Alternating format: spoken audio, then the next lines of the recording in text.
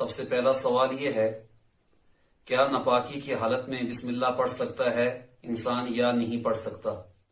دوسرا سوال یہ ہے، اگر کوئی شخص نماز پڑھ رہا ہو اور نمازی کے سامنے سے کوئی گزر سکتا ہے یا نہیں گزر سکتا؟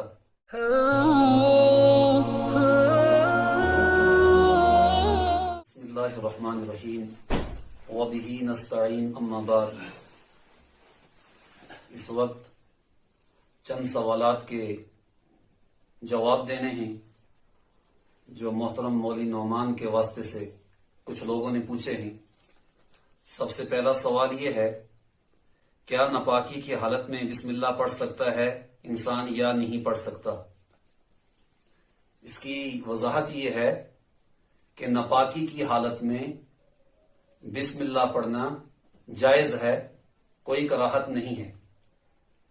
مثال کے طور پر جس طرح عورتیں اپنے ماہواری ایام کے اندر ہوتی ہیں، اس وقت وہ کھانا کھاتے وقت یا اپنے بچوں کو کھانا کھلاتے وقت بسم اللہ پڑھیں، بسم اللہ پڑھنے میں کوئی حرج نہیں ہے۔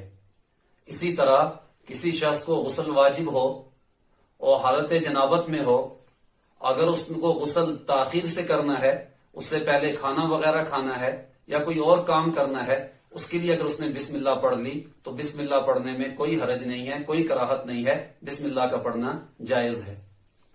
دوسرا سوال یہ ہے، اگر کوئی شخص نماز پڑھ رہا ہو اور نمازی کے سامنے سے کوئی گزر سکتا ہے یا نہیں گزر سکتا؟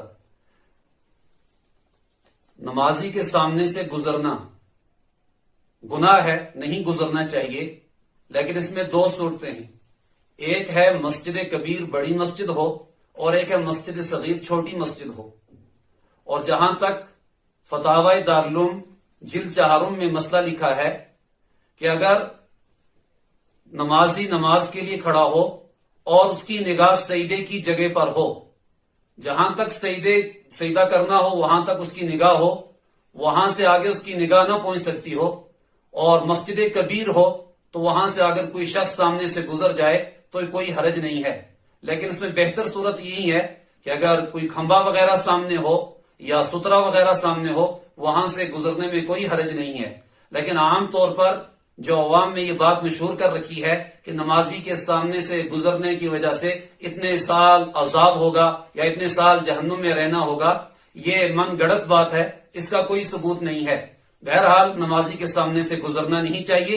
ہاں، اس میں دونوں صورتیں ہیں کہ مسجد کبیر بڑی مسجد ہے اور وہاں پر 1-2 صفیں چھوڑ کر سامنے سے کوئی گزر جائے، اس کی تو اجازت ہے، لیکن بہتر یہی صورت ہے کہ نمازی کے سامنے سے نہیں گزرنا چاہیے، گناہ ہے۔